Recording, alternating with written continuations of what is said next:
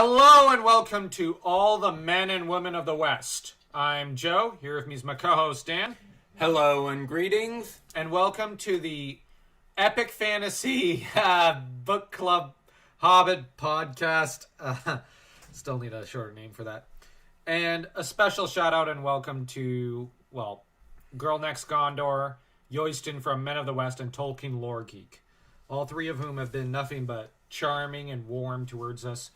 When we're practically noobs in comparison to them with this subject matter. And with YouTube. We start off chapter 12 with Bilbo a little bitter about having to go in to confront a dragon alone after Balin offers to accompany Bilbo, with the dwarves being described as essentially rather cowardly and calculating folk, which, yes and no.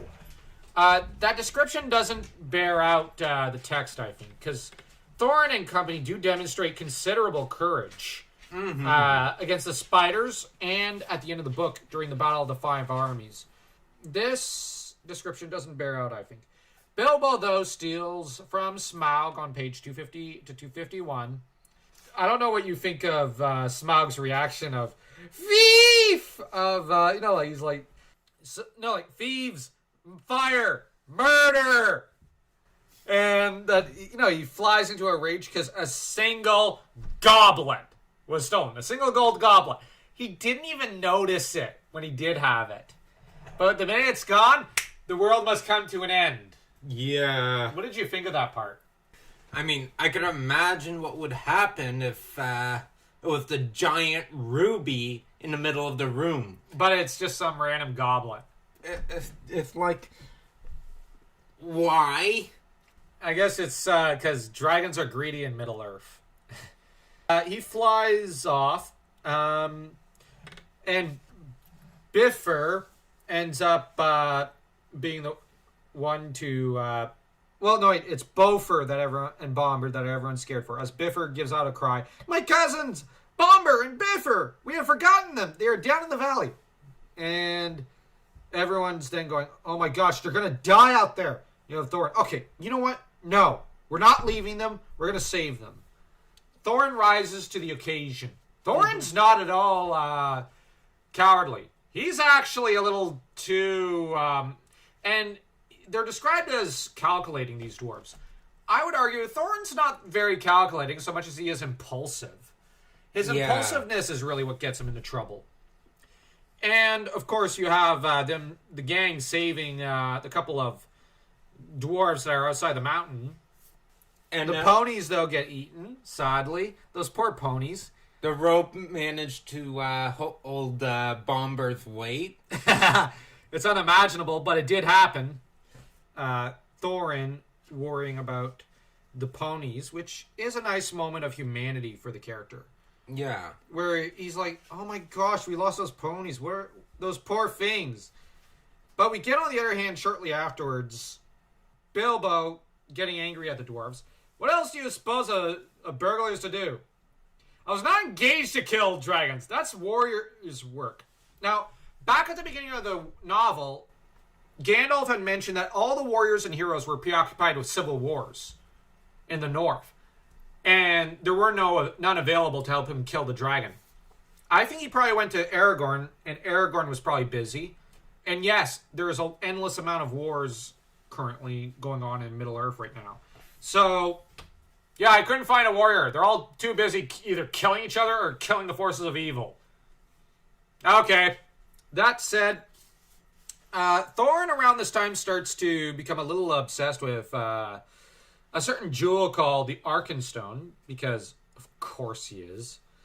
But we get to one of my favorite parts, the riddling between Smaug and Bilbo, where, they start going through names. And this is Nordic influence here, because Smaug pretends to sleep, but really he's not sleeping, and he kind of lures Bilbo into a trap, but Bilbo does manage to escape later.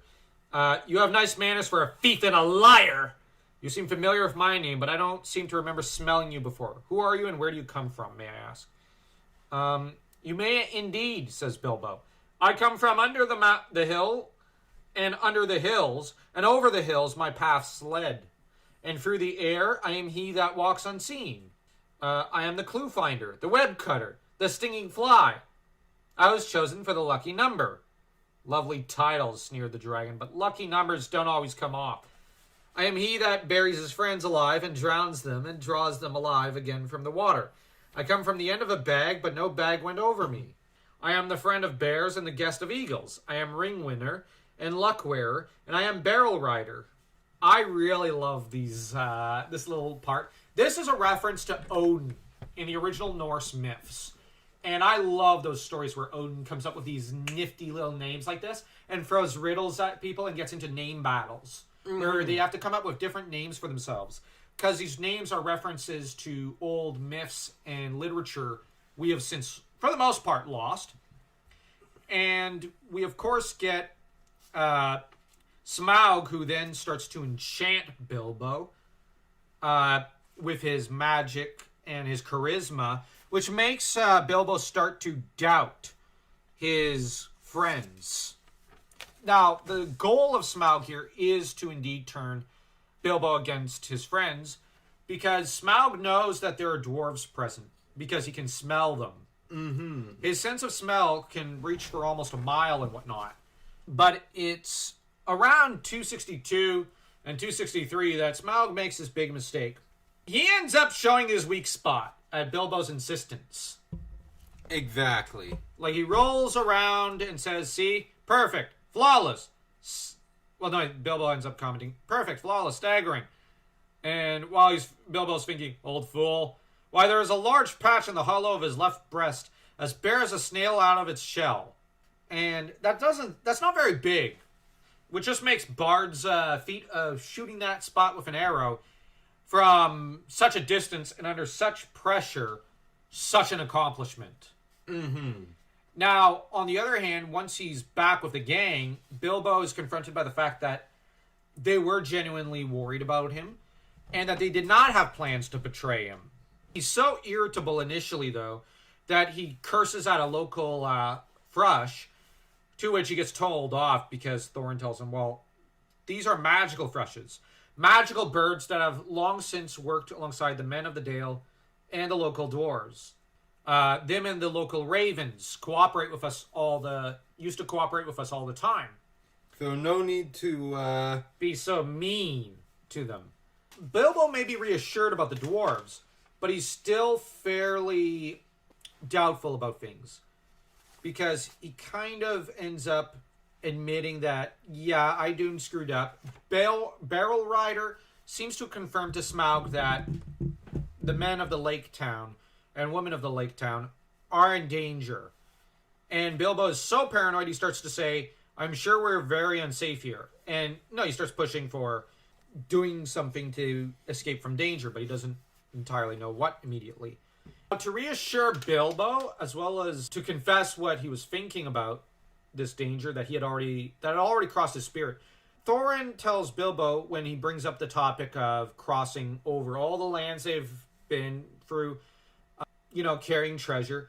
Now, the thing is, the danger lies in the fact that there's too much treasure, and you'd have to hire escorts in order to, escort the gold to Bag End. Now, the thing is, Smaug pointed this one out earlier to Bilbo, and Bilbo brings it up to the gang and goes, well, he said I can't trust you guys. What about this little tidbit of info?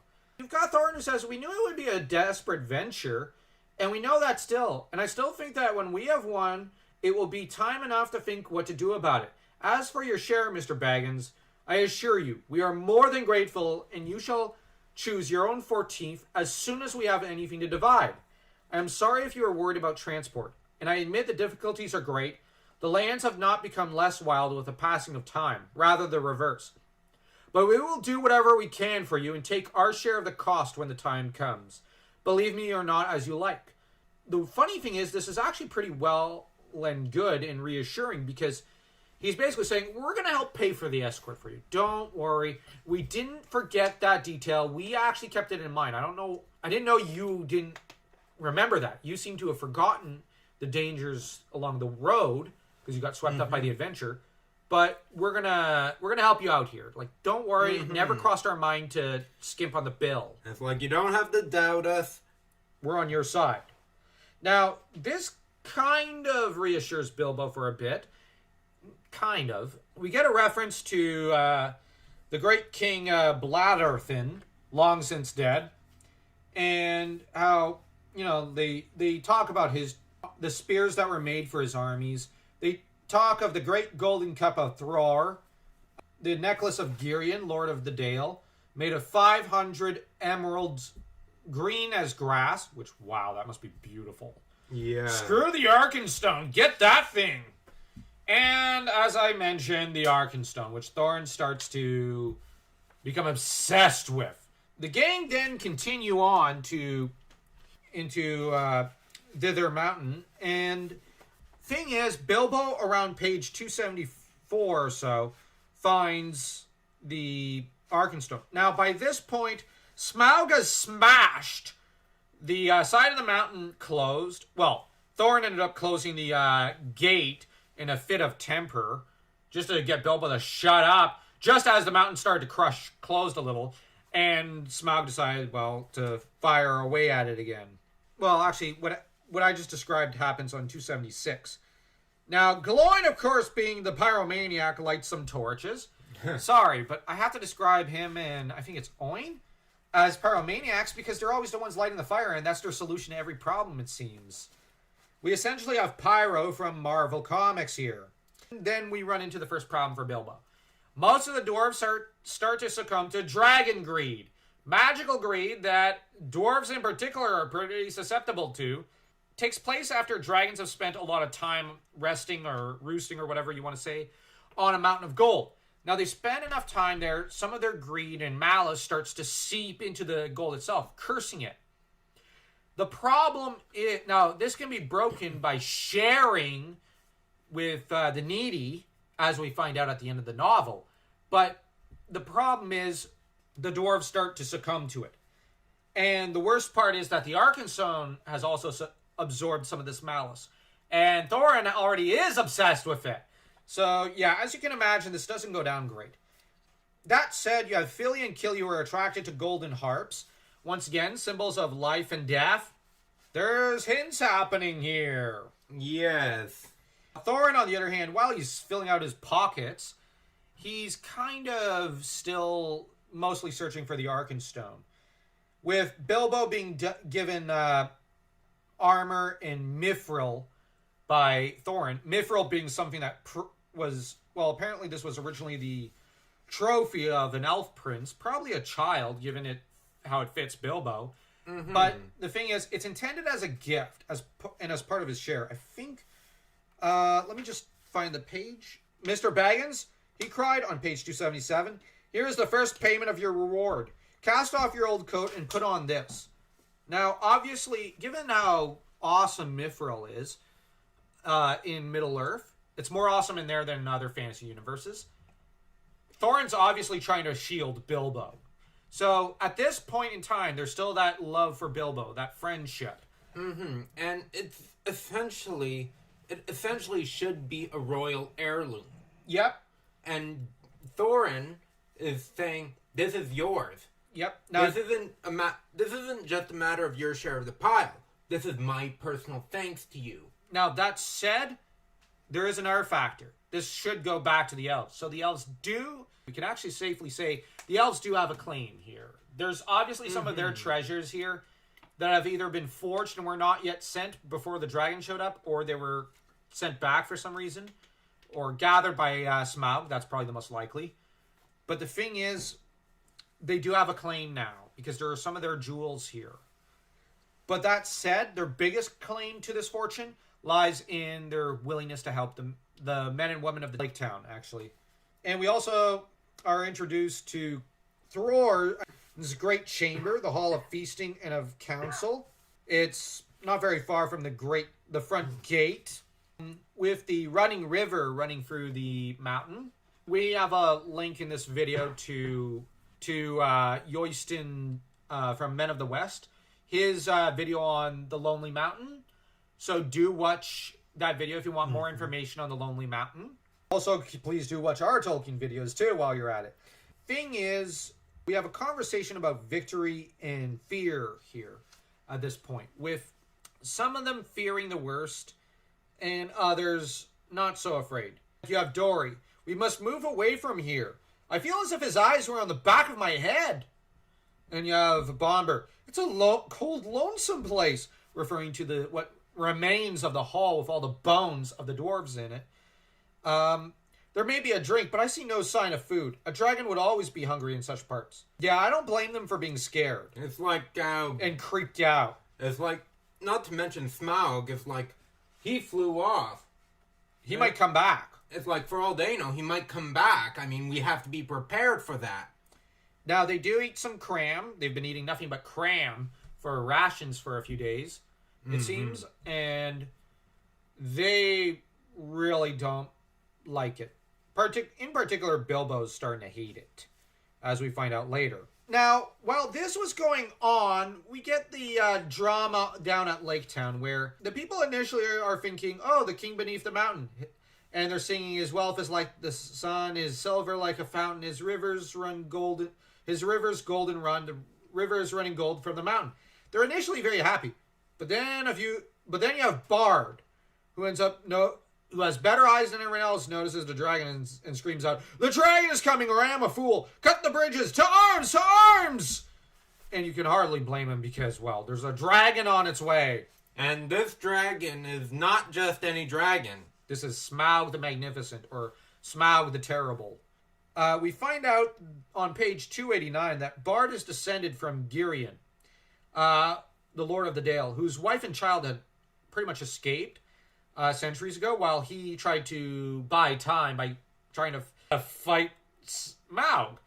The thing is, Bard is the same grim fellow who warns that I don't think the dwarves are going to succeed here. He's very pessimistic. The Thrush comes to him because he can understand its language, though he doesn't initially realize it. But it whispers to him what it overheard from Bilbo, the secret of the weakness of Smaug. And it's Bard who shoots down Smaug with a prayer, which is an interesting prayer, as he prays to the arrow itself. The thing is, the people remember his ancestry, calling him someone who's descended from the line of Girion. Now, the thing is, they also proclaim him King Bard, King Bard. Guess what his D&D class is? I'm joking. They also call him Dragon Shooter of the line of Girion. And they pretty much go, alas, that he is lost. And he has to scream at them, and then they pronounce him king. Bard is not lost. He died from Esgaroth when the enemy was slain. I am Bard of the line of Girion. I am the slayer of the dragon. Dragon Slayer. Such a great title. Yes. Avarice soon runs through the encampment of the people of Lake Town. Now, they decide that they don't know if the dwarves are alive or not, but they decide to treat it as though they're dead and say, dibs! I'm just saying. It's a fair assumption. Yeah, and we all know that dibs is the most sacred claim you can make to something. Apparently, in the actual original draft, the story ended with the death of the dragon. But the thing is, Lewis said that, no, you left plot threads hanging. And Tolkien then decided that it was fascinating to explore how do people react to the dragon's death. Now, this book has two climaxes. You have the climax with Smaug's death, the battle with him and Bard, and you have the battle of the five armies, really. We get to see the repercussions of what happens when a dragon dies. People go crazy. People go nuts. And it's pretty terrible there. But that said, it's not only the humans who get a little greedy. You have the wood elves who decide, well, this sounds like a great time to call dibs too. The birds fly off, probably the same thrush. Darn gossip. Smaug is dead. They spread throughout the forest. And you have Thranduil. That will be the last we shall hear of Thorin Oakenshield, I fear.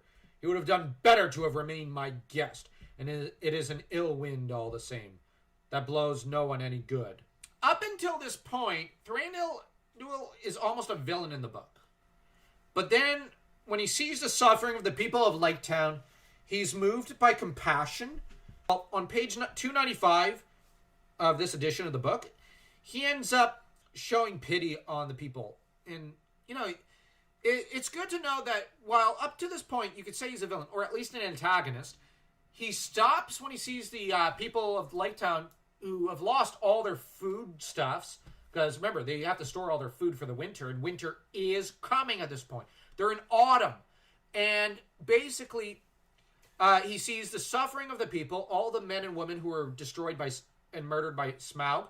And Thranduil decides, between the gold and these people, what takes priority?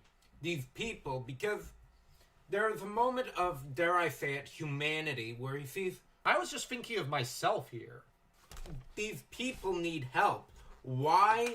If it was my people, I'd want my people to be taken care of. Yeah, and helped. And these people probably would help them. They're suffering and they've been attacked, and yet the people here who can help are more interested in, money. Well, sort of. Well, the master, or at least I should say the mayor, is. Now, Bard is interested in the gold in the context of, this will help pay for our people and will help everyone. But yeah, there are some members of the town who are going, ooh, money! But the thing is, Thranduil stops, pauses his advance on the Lonely Mountain, decides, we have to help. We have to help these people.